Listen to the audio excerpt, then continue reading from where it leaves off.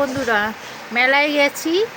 মেলায় জিলাপি, কটকটি, পাঁপড় ভাজা, বাদাম, খই কিছু আনিনি বলে, তো আমার ছেলে বলে মেলায় গিয়েছো, মেলা থেকে মেলায় ঘুরে এলে আমাকে নিয়ে গেলে না ঠিক আছে, কিন্তু মেলা থেকে একটুখানি গুড়ের কটকটি অন্তত আনতে পারতে তো।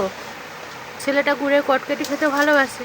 তো বন্ধুরা, ছেলের আবদার মেটাতে আজকে মেলা, তো কালকে গেছে উল্টো রথ, তো কিছু আনিনি বলে, তো আজকে কি করব, ঘরে একটুখানি ছেলেটার জন্যে গুড়ের কটকটি বানিয়ে দিলাম। আর সেটা বানানোর পরে নামিয়ে এখন আমার গিন্নি কটকটিটা মানে ফাইনাল রেডি করছে। দেখো, দেখতে পাচ্ছ হয়েছে? দেখো বন্ধুরা, গুড়ের কটকটি বানানো কি হয়েছে, বানাতে পেরেছি। দেখো, সেম দোকানের মতন বানাতে পেরেছি কিনা জানি না, দোকানের মতন হয়েছে কিনা। তো খেয়ে খুব সুন্দর বললো হয়েছে খেতে। আর দেখো কত সুন্দর দেখতে লাগছে। দেখো, আমি গুড়ের বানিয়েছি, এটা আমার ছেলে গুড়ের খেতে ভালোবাসে, তাই গুড়ের কটকটি বানালাম। বানিয়ে আর এই কড়ার মধ্যে ওটাকে ভালো করে মানে পাকটা দেওয়া হচ্ছে, না হলে লেগে যাবে, গায়ে গায়ে লেগে যাবে, তার জন্য কড়ার মধ্যে ভালো করে এটা পাক দেওয়া হচ্ছে। দেখাও একটু বন্ধুদের ভালো করে।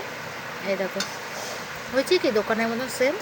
জানি না কেমন হয়েছে, তোমরা অবশ্যই কমেন্ট বক্সে বলো কেমন হয়েছে, কটকটিটা বানানো হয়েছে কিনা সেটা বলো।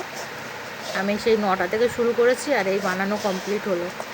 এই মোটামুটি 300 ময়দা দিয়ে গুড়ের কটকটি বানালাম। চলো বন্ধুরা, সবাইকে জানাই টাটা।